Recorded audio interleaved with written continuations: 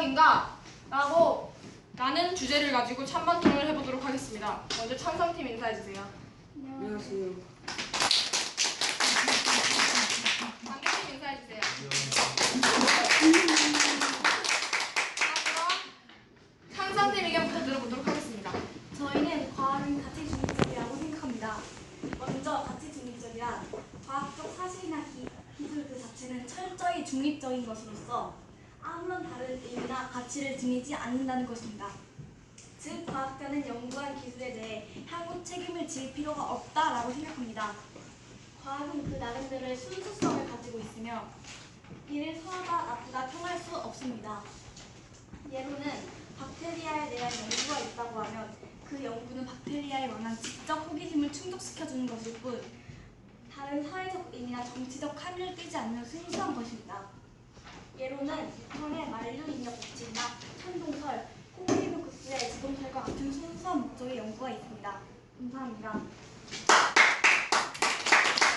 반대팀 의견을 들어보도록 하겠습니다. 과학은 가치 중립적이지 않다고 생각합니다.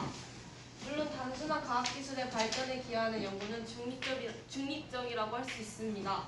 그러나 환경이나 사회에 큰 영향을 끼치는 기술은 가치 중립적이지 않습니다. 전쟁에서 몇 천만 명의 사람들의 목숨을 앗아가는 살상용 무기는 더더욱 가치 중립적이라고 말할 수 없습니다.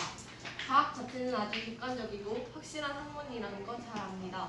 하지만 그 위대한 과학이 불러올 재앙은 과학자를 포함한 모두가 지고 가야 할 책임이라고 생각합니다. 이와 같은 사례로는 라이너스 폴링이라는 미국의 물리학자가 1941년 미국의 제2차 세계대전을 끝내기 위해 극비리에 추진했던 핵탄 제조 프로젝트 일명 맨해튼 프로젝트에 참가를 제안받았습니다. 하지만 폴링은 과학자의 사회적 책임을 인식했기 때문에 거절하였습니다. 라이너스 폴링처럼 과학자는 자신의 연구에 대한 도덕적 책임을 물어야 합니다. 과학기술은 사회에 얼마든지 큰 영향을 끼칠 수 있을 뿐더러 점점 복잡해져 그 부작용에 대한 예측이 어려워지기 때문입니다. 다음은 찬성팀 반론 있겠습니다. 과학은 가치 중립적이지 않다는 의견에 대한 반론을 시작하겠습니다. 노벨이라는 물리학자는 다이너마이트를 발명했습니다. 그 당시 관부들이 일일 강산을 뚫다가 다치고 죽는 사고가 빈번히 일어나자 그에 대한 묘책을 궁리하다가 드디어 발명하게 되었습니다.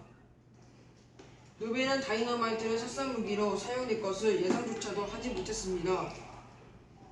그저 사람들에게 편리와 이익을 선물하기 위해 연구를 한 것이었습니다. 죽기 전에도 자신이 발명한 다이너마이트를 살상무기로 사용하지 말라고 유언을 하고 떠났다고 합니다. 노벨 외에는 아인슈타인이나 퀴린브이 등 유명한 물리학자들도 자신이 발명한 것들을 전쟁용으로 쓰이는 것을 절대적으로 반대했고 심지어 유언마저도 그렇게 남기고 떠났다고 합니다. 감사합니다. 다음은 반대팀 반론 있겠습니다. 과학이 가치 중립적이라는 주장에 대한 반론을 시작하겠습니다. 네.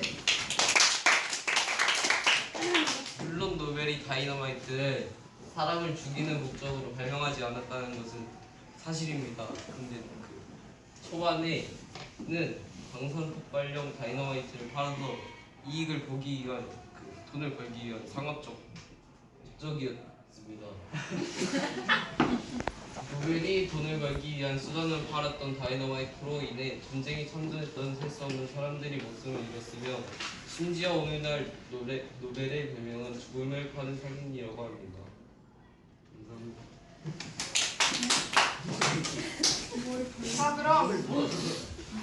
자 그럼 찬성팀 최종 발언하겠습니다.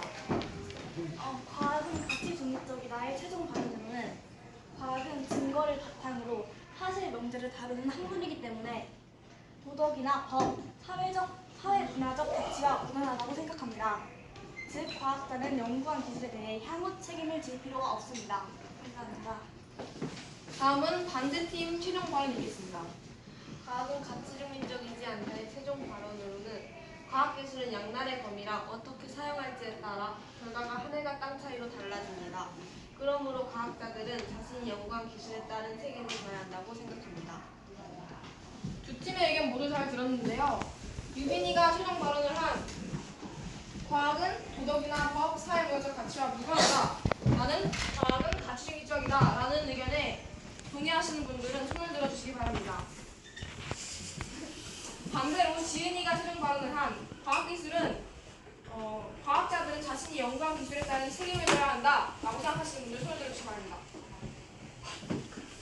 감사합니다. 저희 반은 과학은 가치중립적이지 않다라고 생각하는 것으로 나왔습니다. 자, 마지막으로 지금까지 과학기술의 가치중립성을 놓고 협안 토론을 해봤는데 합리적으로 정리를 하자면 과학기술은 우리에게 굉장한 편리성과 이익을 가져다주기도 하지만 지금 사람을 죽이고 환경을 파괴하는 주범이 되기도 합니다. 그러므로 과학을 올바른 목적으로 활용하는 것이 가장 중요한 쟁점이라고 생각합니다. 첫째, 과학기술은 인류의 복지 증진에 기여해야 합니다. 이게 무슨 말이냐면 즉 과학기술은 인류의 빈곤과 행복을 위한 수단으로 활용되어야 한다는 뜻입니다. 그리고 둘째, 과학기술은 인간의 존엄성과 권리를 존중해야 합니다. 예를 들어 2004년에 개봉한 아이로봇이라는 영화가 있습니다. 이 영화에서는 로봇이 인간의 존엄성을 무시하고 인간의 존엄성과 인권 침해를 방지하는 로봇의 3원칙이 있는데 그 3원칙을 무시하고 인간과 전투를 벌이는 신이 있는데 이와 같은 일이 벌어져서는 안 됩니다. 첫째, 과학이 모든 문제를 해결할 수 있다고 믿는 과학 지상주의에서 벗어나야 합니다. 오늘날 과학기술은 많은 문제 해결의 도구가 되는 반면에 새로운 문제를 일으키는 가장 큰 원인이 되기도 합니다. 그러므로 우리는 과학기술을 비판적인 시선으로 바라볼 줄 알아야 하고 넷째, 과학기술은 현 세대는 물론이고 미래 세대에 대해서도 책임을 져야 한다. 현 세대에 이룩한 과학기술은 현재뿐만이 아니라 미래에도 커다란 영향을 줄 수 있기 때문입니다. 도덕은 과학기술이 나아가야 할 방향을 결정하는 나침반이 됩니다. 따라서 우리는 과학기술에 대한 도덕적 반성과 책임의식을 바탕으로 과학기술이 공동체의 발전에 기여할 수 있도록 노력해야 합니다. 이상 세일러존즈의 발표를 마치겠습니다. 감사합니다. 마지막으로 지금까지 발표한 내용에 대해서 질문을 받도록 하겠습니다. 세영이. 아까 찬성 측에서 과학자는 책임을 질 필요가 없다 하셨잖아요. 그러면은 그로 인해서 받은 피해 같은 것을 누가 보상하라고 책임을 집니까? 지금 이거는 가상으로 원래 자기가 이런 의견이 아니었는데 가상으로 침을 짜서 한 거기 때문에 그런 거에서는 발표해봤어? 없죠. 그럼 그쪽 자기가 가치 중심적이라는 의견에 섰을 때 할 말은 어떠신가요?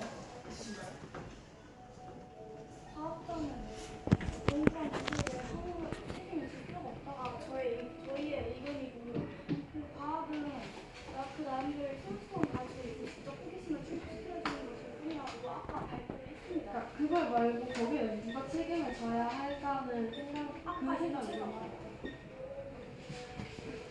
자, 그럼 다음 질문 받겠습니다. 시은이. 세일러준주는 어디 측임? 결론을 어디로? 저희는 모두가 이쪽 의견입니다. 다음 선주. 아까 가치 중립적이지 않다의 부작용이 예측을 할 수 없다고 했는데 여태까지 나온 부작용으로는 어떤 것이 있습니까?